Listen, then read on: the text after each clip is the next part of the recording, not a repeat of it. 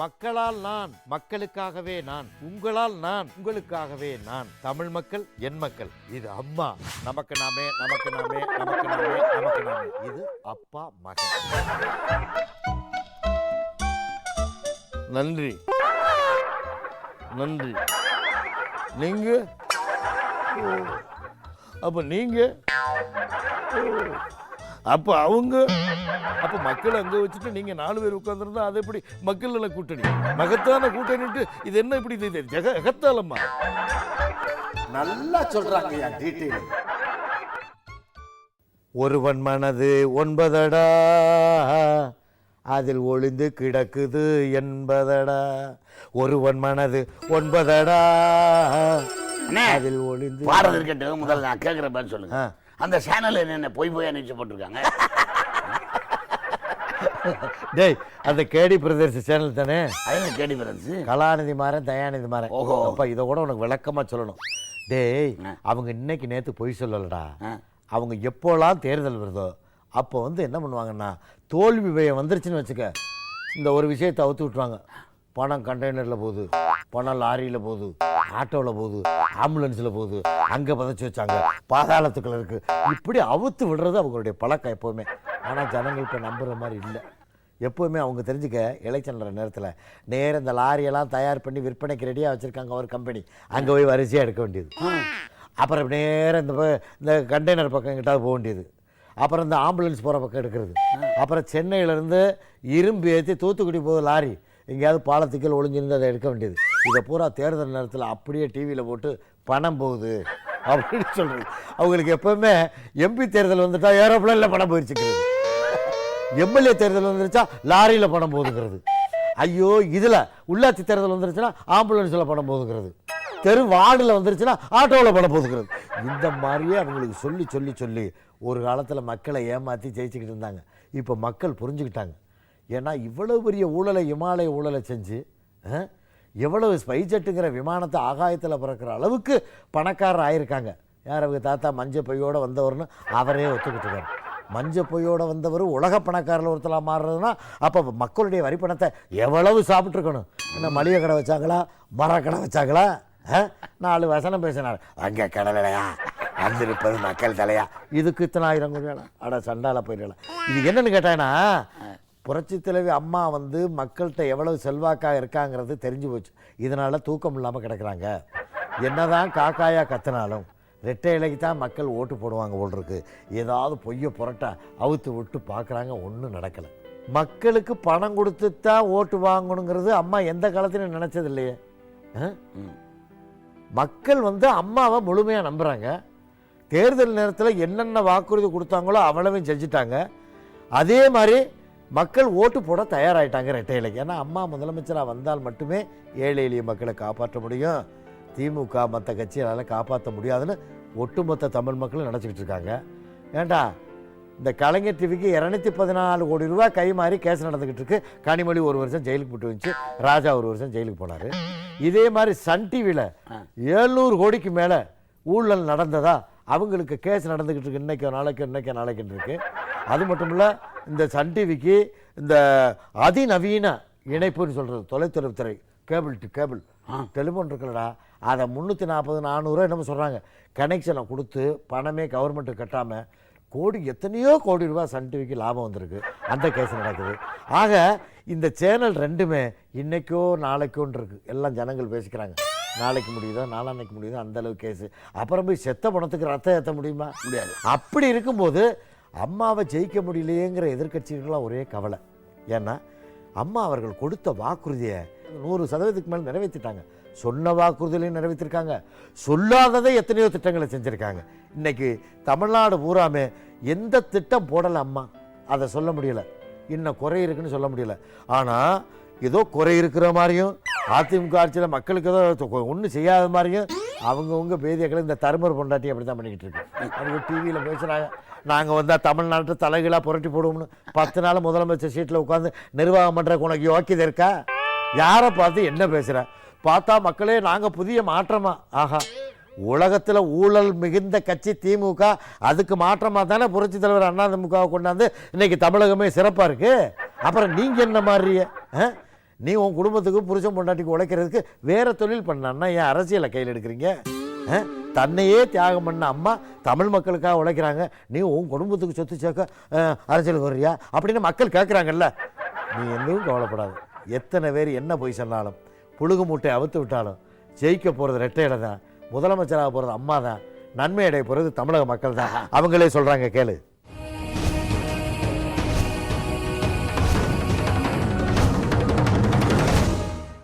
இந்த குழந்தை பிறந்து அந்த குழந்தைகளுக்கு தாய் பால் கொடுக்கறதுக்காக இப்போ ஒரு இது மாதிரி பண்ணி அந்த பஸ் ஸ்டாண்டு அங்கெல்லாம் ஏற்பாடு பண்ணியிருக்காங்க.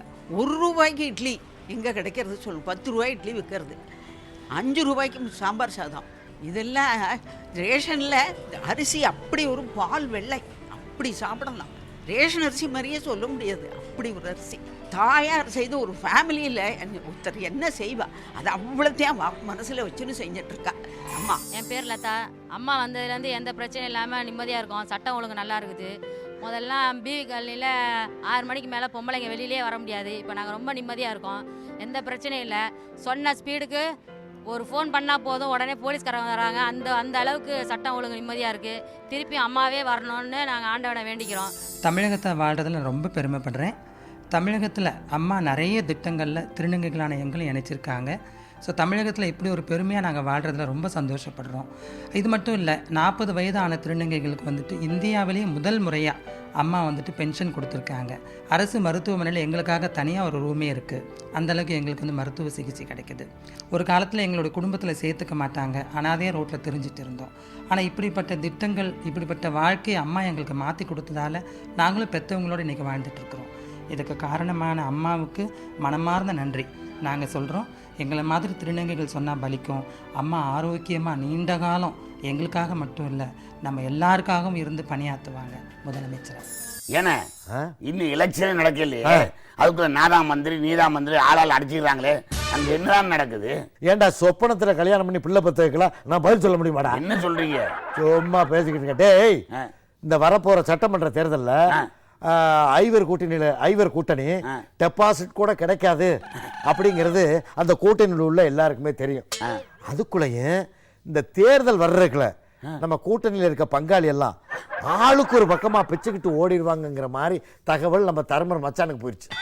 உடனே என்ன பண்ணாரு, மாட்டுக்கு புள்ள காமிச்ச மாதிரி டக்குன்னு எல்லாரையும் உட்கார வச்சு ஆளுக்கு ஒரு மந்திரிட்டாரா. என்னென்ன மந்திரி?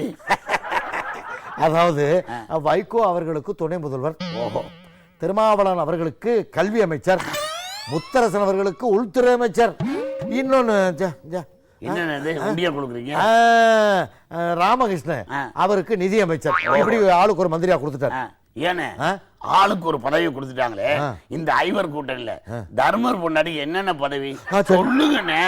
டேய், இந்த மாதிரி ஏடா உடமான கேள்வி கேட்கப்படாது சொல்லியிருக்கல. நீங்க டீட்டெயிலா சொல்றேன்றீங்க. சில கேள்விக்கெல்லாம் சொல்ல முடியாதா சீக்கிரத்துல? அப்ப இதுக்குள்ள ஏதோ உள்கூத்து இருக்கு. எனக்கு தெரிஞ்சு போச்சு. கமனுடா நல்லா சொல்றாங்க. மக்களால் நான், மக்களுக்காகவே நான், உங்களால் நான், உங்களுக்காகவே நான். தமிழ் மக்கள் என் மக்கள். இது அம்மா, நமக்கு நாமே, நமக்கு நாமே, நமக்கு நாமே, நமக்கு நாமே. இது அப்பா மகன். நன்றி நன்றி. நீங்க அப்ப நீங்க அப்ப அவங்க அப்ப மக்கள் அங்க வச்சுட்டு நீங்க 4 பேர் உட்கார்ந்துருந்தா அது எப்படி மக்கள் நல கூட்டணி? மகத்தான கூட்டணிட்டு இது என்ன இப்படி ஜெகத்தாலம்மா நல்லா சொல்றாங்க.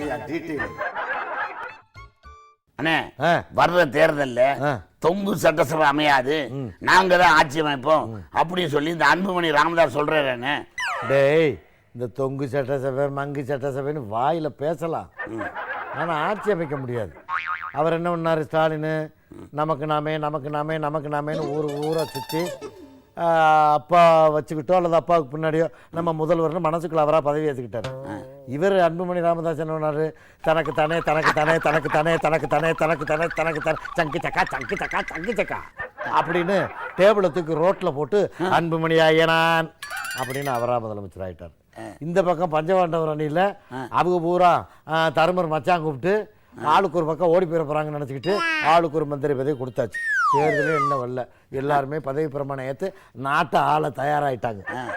ஒன்று தெரிஞ்சுக்கடா, ராமதாஸ் எல்லாரையுமே கூப்பிட்டு பார்த்தாருப்பா மருத்துவரையா. அன்புமணியை முதல்வராக ஏற்றுக்கொள்ள மனமுள்ளவர்கள் எங்களோடு கூட்டணி சேரலாம் அப்படின்னு கூவினார், கத்தினார், கதறினார். ஒரு லெட்டர் படுக்குச்சு. அப்படின்னா என்ன தெரியுமா, ஒரே ஒரு ஆள் தான் இருப்பார், அவர் தான் தலைவர், அவர் தான் தொண்டர். திமுகவில் 7 பேர் சேர்ந்தாங்க பாருங்க, அந்த 7 பேர் தான்.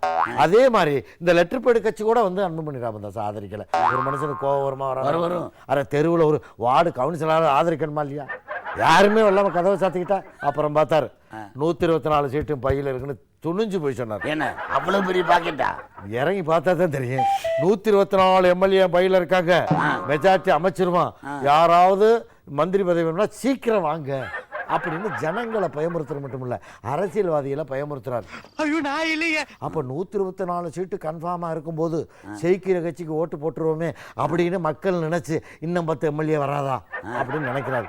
இருக்கிறதே 4% ஓட்டு, அதுல இப்போ 2% போச்சு. இப்படி இருக்கும்போது எப்படி ராமதாஸ் பதவிக்கு வருவார்? இல்ல எல்லாரும் போட்டி போட்டு வர்றேன்னு சொல்றாங்க. யார் வேணாலும் யார் அவரோட போட்டி போட்டா? போட்டிக்கே ஆள் இல்லடா. அவரா சொல்றாரு நாங்க போட்டி போடுற, போட்டி யாரோடையும் யாரும் போட்டி போடல. அதுவும் ராமதாஸோட யாருமே போட்டிக்கே போகல.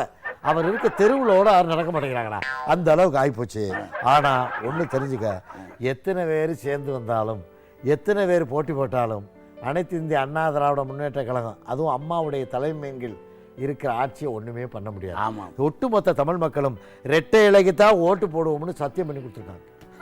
அவங்கவுங்களா சத்தியம் பண்ணிக்கிறாங்க. ஏன்னா மக்களால அம்மாவுடைய திட்டத்தினால் கிடைத்த சலுகைகளை மக்கள் மறக்க முடியல. அதனால இரட்டை இலை தவிர எங்க கனவுல கூட வேற சின்னங்கள் வராதுங்கிறது மன உறுதியா இருக்காங்க. முதியவர்களா இருக்கட்டும், பள்ளி மாணவர்களா இருக்கட்டும், இல்லை எம்மதமும் சம்மதம் என்கிற ஏற்றமிகு தலைவி ஏழை மக்களை வாழ வைக்க வந்த போயஸ் தோட்டத்தின் புண்ணியவதின்னு பாராட்டுறாங்க அம்மாவை.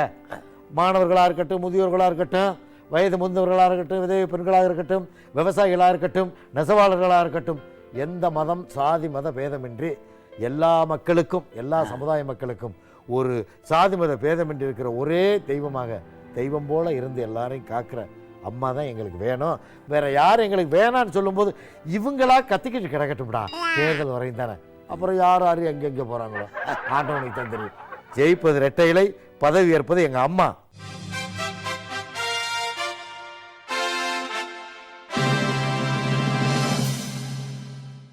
அம்மா செய்த சாதனைகளை நாங்கள் தெரிஞ்சுக்கணுமா இல்லை யாருக்குன்னா சொல்லணுமா? அவ்வளோ சாதனை செஞ்சுருக்குறாங்க அம்மா. எங்கள் பசங்களை எங்களால் கூட படிக்க வைக்க முடியாது, ஆனால் அம்மா படிக்க வைக்கிறாங்க. கல்வி கொடுக்குறாங்க, புக்கை கொடுக்குறாங்க, செருப்பை கொடுக்குறாங்க, ஜாமெண்ட்ரி பாக்ஸ் கொடுக்குறாங்க, ஆடு மாடுங்க கொடுக்குறாங்க, எல்லாம் கொடுத்து 20 கிலோ அரிசியும் கொடுக்குறாங்க எங்களுக்கு வயிற்றுக்கு சாப்பிட சொல்லி. அம்மா வந்தால் எந்த பஞ்சமும் இருக்காது. நாங்கள் மகளிராக சேர்ந்து அம்மாவை மீண்டும் மீண்டும் மீண்டும் அரணையில் நாங்கள் உட்கார வைப்போம். அம்மா ஆட்சியில் எண்ணற்ற நலத்திட்டங்கள்லாம் எல்லோரும் கிடச்சிருக்குது. குறிப்பாக வேளாண் துறையில் தமிழகம் முதல் மாநிலமாக திகழ்கிறது. இது அகில இந்திய அளவில் நிறைய விருதுகள்லாம் பெற்றிருக்காங்க, இது எல்லாருக்குமே தெரியும். ரெண்டாவது, அடித்தட்டு மக்கள் மாணவர்கள், குறிப்பாக மாணவர்கள் பயன்பெறும் மடிக்கணனி, விலையில்லா மிதிவண்டி, பசங்களுக்கு ஸ்கூல் நோட் புக்ஸு, காலணிகள் எல்லாம் கொடுத்து சிறப்பாக மீண்டும் தமிழக முதல்வர் அம்மா ஆட்சி தான். அம்மாவோட இதில் வந்து தங்க தாலி கொடுத்தாங்க. இப்போ அதனால அது மட்டும் இல்லாமல் 25,000 ரூபாய் தொகை கொடுத்தாங்க. அதில் தான் எங்களுக்கு கல்யாணமே ஆச்சு. அதுக்கப்புறம் நான் கர்ப்பிணி ஆன உடனே அதுக்கப்புறம் அம்மா வந்து 12,000 ரூபாய் தொகை கொடுத்தாங்க. அது எனக்கும் என் குழந்தை வளர்க்குறதுக்கும் அது ரொம்ப உதவியாக இருந்துச்சு. அது மட்டும் இல்லாமல் என் தங்கச்சிலாம் படிக்கிறாங்க, லேப்டாப் உதவி செஞ்சுருக்காங்க. அதனால அவங்களுக்கு எங்களால் வந்து இருக்கிற வசதிக்கு வாங்க முடியாது, அவங்க எல்லா உதவியும் செய்கிறாங்க. அதனால அம்மாவுக்கு ரொம்ப நன்றி. மீண்டும் அம்மாவே ஆட்சிக்கு வரணும். அம்மா வந்து என்னன்னைக்குமே அம்மா தான் முதல்வர். அம்மாவை தவிர வேற யாருமே முதல்வர். ஏன்னா பெண்களுக்குன்றது அம்மா தான் முன்னுரிமை கொடுக்குறாங்க. பெண்களுக்கு வேற யாருமே முன்னுரிமை கொடுக்கல.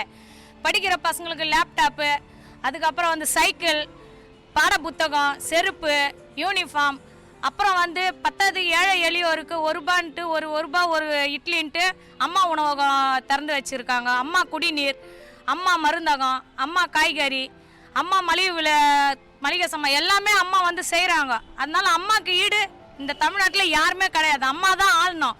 அம்மாவை மீறி எந்த ஒரு ஆட்சியை இந்த ஆட்சி அமைக்கவே முடியாது. அம்மா தான் என்றைக்குமே நிரந்தர முதல்வர். அது எங்களுடைய பெண்களுடைய ஓட்டு மொத்தம் அனைத்தும் அம்மாவுக்கு தான் கிடைக்கும். ஜனங்களுக்கு எப்படிப்பட்ட திட்டங்கள் வேணுமோ, என்னென்ன மாதிரி செஞ்சால் அது பிரயோஜனமாக இருக்குமோ, அதை எப்படியெல்லாம் நேர்த்தியாக செய்யணுமோ அதை அவங்கள தவிர வேறு யாரையும் செய்ய முடியாது. ஏன்னா முதியோர் பென்ஷன், முதியோருக்கு இலவச பஸ் பாஸ்ன்னு கொடுத்துருக்காங்க.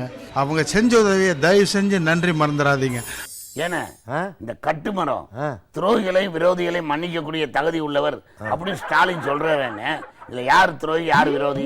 டேய், 6 மாதத்துக்கு முன்னாடி இந்த கட்டுமரம் என்ன சொன்னார் தெரியுமா? என்ன சொன்னாரு? எனக்கு அவன் மகனே இல்ல, எனக்கு யாருன்னே தெரியாதுன்னாரு. யார? மூத்த மகன் அழகிரி. உடனே தேர்தல் நெருங்கின உடனே கூட்டணி சரியா அமையல, பலநிலையும் பால்நிலையும் விழுகலை. இதனால குழப்பம் வந்து என்ன பண்ணாரு, மகனை கூப்பிடு மதுரையை ஒப்படைப்போம்னு ஒரு ஐடியா பண்ணி கூப்பிட்டார். அவர் ரகசியமாக வந்து பார்த்தார், இது ஸ்டாலினுக்கு பொறுக்கலை. உடனே சொல்லிட்டார், இந்த மாதிரி எங்கள் தலைவர் வந்து மன்னிக்கக்கூடியவர் தான் அப்படின்னு. யாரை குறிப்பிட்டு சொன்னார்னா இந்த அழகிரியை தான் சொன்னார். ஆனால் அழகிரி என்ன சொன்னார், இந்த ஸ்டாலின் இருக்கிற வரைக்கும் திமுக உருப்படாது, ஒரு ஓட்டு கூட விழுகாது, படிதோல்வி அடையும்னு அவர் சொல்லிட்டார். இதனால் அங்கனைக்குள்ள ஒரு குழப்பம். டே, கருணாநிதியை விட தமிழ் மக்களுக்கு ஒரு துரோகி யாராவது இருக்காங்களா?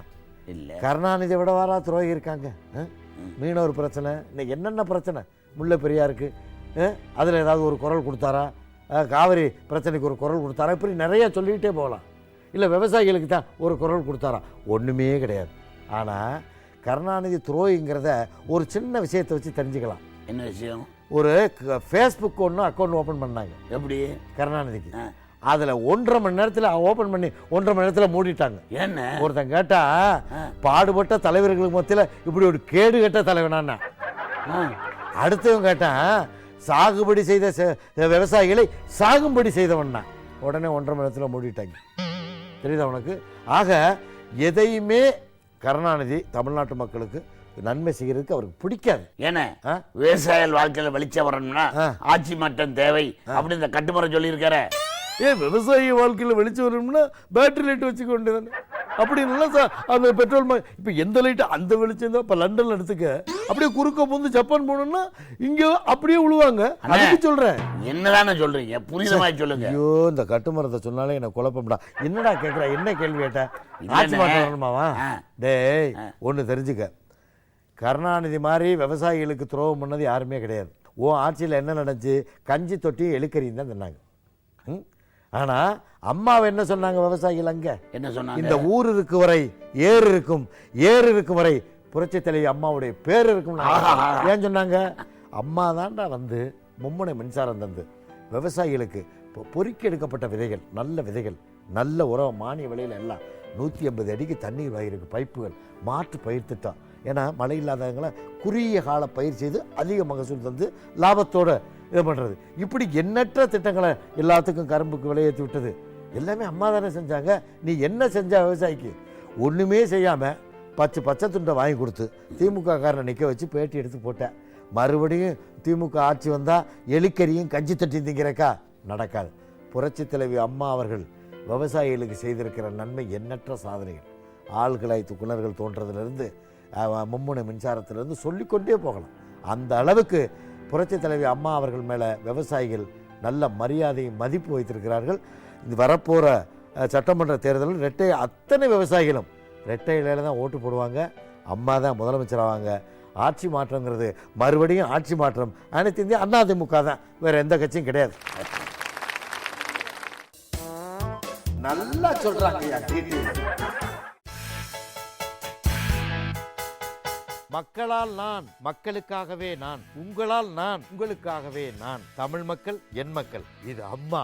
நமக்கு நாமே, நமக்கு நாமே, நமக்கு நாமே, நமக்கு நாமே. இது அப்பா மகன்.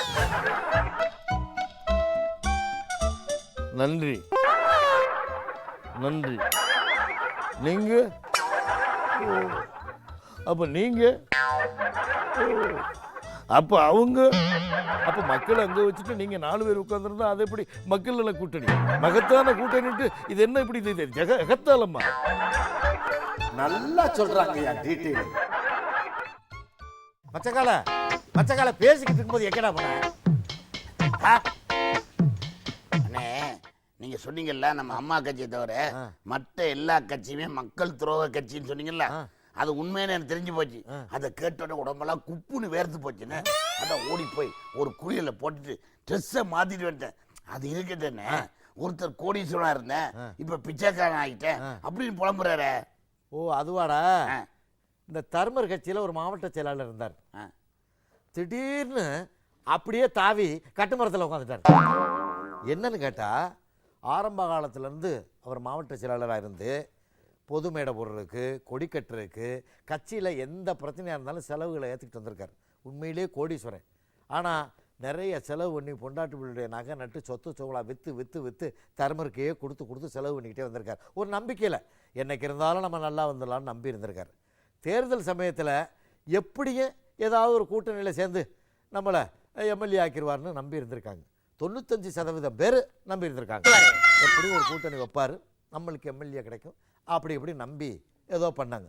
இது என்ன பண்ணிடுச்சு, யாருக்கிட்டேயுமே சொல்லாமல் இந்த தர்மர் ராத்திரி ஒரு ராத்திரியா 4 அன்னைக்கு ஓடியாந்து இதுவும் சேர்ந்து 5 அணியாக மாற்றி விட்டு எங்கிட்ட சொல்லாமல் போயிட்டாரு. அப்படின்னா நான் இதுக்கு சொல்லணும், கட்டவரல் சோசியல் தான் சொன்னபடி கேட்டேன். இப்போ அவனு போன பின்னாடி என் மனைவியும் மச்சான்னு சொல்ல அப்படி பார்க்க போகும்போது நான் கட்சியை ஆரம்பித்து நான் முடிவெடுப்பேன். நீங்கள்லாம் நம்ப அந்த இந்த அழட்டி விட்டேன். போச்சா டக்குன்னு பார்த்தார், சொத்து போச்சு, சுகம் போச்சு, சேராத இடத்துல சேர்ந்துட்டான் இருந்தாலும் எந்த காலத்துலையுமே இந்த கட்சி உருப்படாது, இனிமேல் நம்ம இங்கே இருக்கக்கூடாது அப்படின்னு சொல்லிவிட்டு கட்டுமரத்தை நம்பி இங்கே வந்து உட்காந்து. எல்லாரும் கட்டுமரத்தை நம்பி வந்து ஏறிட்டா கட்டுமரம் கவுந்துராது. ஏற்கனவே கவுந்துதானடா. ஏன்னா கட்டுமரம் நம்ம நல்ல ஒரு மாதிரியே. ஏன்னா கட்டுமரத்தை நம்பி வந்தவங்க யார்? தாகிருஷ்ணன் இங்கே, அண்ணா நகர் ரமேஷ் இங்கே, அல்ல சாதிக்கு பாச்சா இங்கே. அது தெரியாமல் இது இங்கே வந்து உட்காந்துக்கிட்டு இருக்கு. இது என்ன கதையாகுமா? கட்டுமரம் பிறந்த நாளைக்கு ஆளவர் அண்டா வச்சு ரம்பிருச்சான்னு எட்டி எட்டி பார்க்குறாள். அசந்தா இந்த மாவட்ட செயலாளர் தூக்கி அண்டாவுக்குள்ள போட்டுருவாங்களோ அது தெரியல. ஏதோ தர்மராவது வேட்டி சட்டை விட்டாரு, இங்க ஒட்டு மொத்தத்தை உருவிக்கிட்டு ஓட விட்டுருவாங்களே. பாவ மாவட்ட செயலாளர். ஏன் அழுகுறீங்க? இல்ல அந்த மாவட்ட செயலாளர் பட போற பாட்டை நினைச்சேன், அழுதேன். ஏமாத்துறது தான் என் தொழில். நானா யாரையும் தேடி போய் ஏமாத்தல, ஏமாற தயாரா இருந்தவங்களுக்கு ஒரு வாய்ப்பு கொடுத்தேன். 15 கோடி. Money is always ultimate.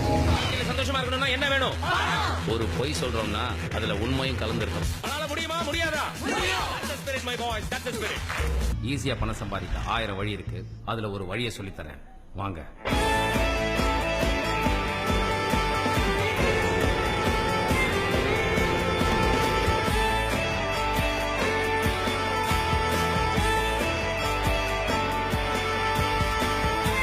Chess விளையாட்டு விளையாடிருக்கியா?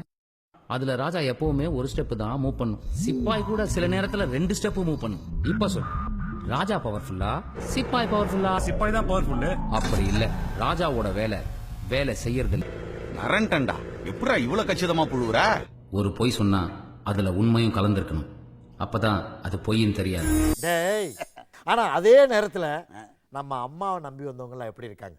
நல்லா நேர்காணலுக்கு புதுமுகமாக வர்றாங்க, ஆனால் வெளியே போகும்போது மகிழ்ச்சியோடு போகிறாங்க. அம்மா அந்த அளவுக்கு அரவணைச்சு ஆதரித்து அன்பாக பேசி தட்டி கொடுத்து உங்களுக்கெல்லாம் எதிர்காலம் இருக்குங்கிற உத்தரவாதத்தை கொடுத்து அனுப்பி வைக்கிறாங்க. அது மட்டும் இல்லை, அம்மாவை நம்பி வந்த பாரு, விவசாயமய மந்திரி ஆயிடலாம், சாதாரண தொண்டை மாவட்டம் ஆயிடுது, சில பேர் எம்பி ஆயிடுறாங்க. ஆக இங்கே அதிமுகவுக்கு வந்த அத்தனை பேருமே உயர் பதவிகள் அடைகிறாங்க. உண்மையான தொண்டர்களுக்கு உண்மையிலே உயர்வளிப்பது நம்ம அம்மா தாண்டா. என்னன்னு இந்த தமிழிசை தொட்டாலே சாக்கடிப்புங்குது.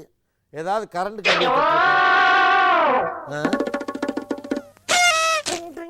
டேய், இந்த தமிழிசை என்ன சொல்லுதுன்னா, மத்திய மந்திரி வந்தார், தமிழக முதல்வரை பார்க்க முடியலை, ஒவ்வொரு தடையும் வரும்போதெல்லாம் பார்க்க முடியாதனால பல திட்டங்கள் போயிருச்சு அப்படின்னு ஒரு குண்டை தூக்கி பொய்யை சொல்லிக்கிட்டு இருக்கு. என்ன யாருமே இவங்களோட கூட்டணி வைக்கலைன்னா நம்மளாடா கிடச்சா மூஞ்சி தூக்கி உம்முன்னு வச்சுக்கிட்டு இருக்கிறீங்க?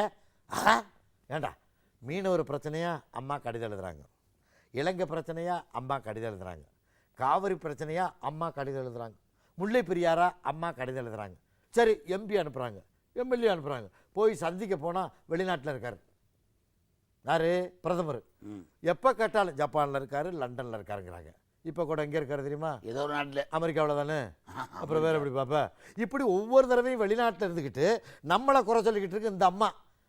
உங்களை நம்பி கூட்டணிக்கு ஒருத்தருமே வெள்ளைனா அதுக்கு நாங்கள் என்ன பண்ணுவோம்? நல்லா சொன்னீங்க டீட்டெயில். நன்றிடா மச்சக்கால, நல்லா சொல்கிறாங்கய்யா டீட்டெயிலு. நிகழ்ச்சியின் மூலமாக தினம் புது புது தகவலோடு உங்களை நான் சந்திக்கிறேன். நன்றி, வணக்கம்.